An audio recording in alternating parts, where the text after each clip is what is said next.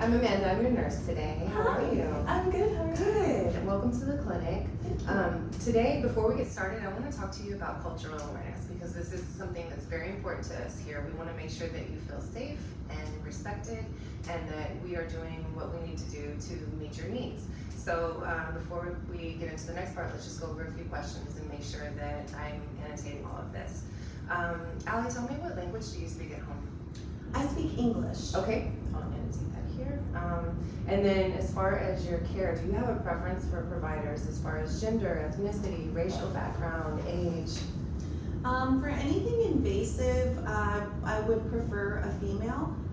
But as far as age and racial background, I don't care if it's different than mine, just a female. Okay, I'll annotate that. And then, do you have a religious preference? I'm Catholic, so I don't mind religious talk, but yes, I'm Catholic. Okay, annotate that. And then tell me about food preparation at home. Who prepares the food as far as buying the groceries and preparing the meals? So my husband usually buys the groceries, and we have separate kind of diets. He eats foods high in fat, and I end up eating what he buys. So I need to start preparing my own food because right now it's my husband. Okay, great. We have some nutritional handouts we can give you. Okay, that would be that. awesome. So, and then tell me, what methods do you use? If you are sick, what methods do you tend to prefer as far as treatment for your illnesses and prevention and things of that nature? Okay, I prefer a more holistic approach. So before I take any medication, if I have a slight cold or menstrual cramps, sometimes I'll want to, use some Vicks or something to clear my sinuses. And for menstrual cramps, I might go on a walk to reduce cramping or use a heating pad before I take any Midol or acetaminophen. So I prefer holistic. Okay, great. We can focus on that too when we're moving together and Okay. moving forward. Do you have any questions for me? No one has ever done this with me, so I really, really appreciate it. Is this a new thing you guys It are doing? is, and we're just trying to be more culturally aware and just making sure that we are accommodating all of your needs. Okay, awesome. Well, thank you so much. Of course.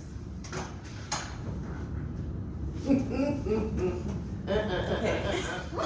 Are we done? We have to say why it's important now. Oh, So if needed, we can just crop and we'll do. Okay. We finished that Yeah. part because we both.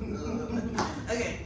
So for me, cultural competence is important because, as I mentioned in the video, no one has ever in my life done a cultural competence assessment on me. So it's kind of just they assume things about you, so it makes it definitely more personal. It makes it feel like the provider really cares about you.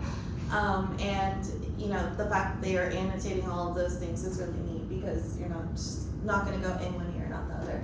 awesome. Why is it important to you? Cultural competence to me is important in the nursing profession because I believe, above all else, human connection is the most important aspect of our job, and it's important for me to understand your background and your biases and ways that you move through life so that I don't do or say anything that will offend you, because the ultimate goal is patient satisfaction and making sure that we're meeting all of your needs here in the clinic.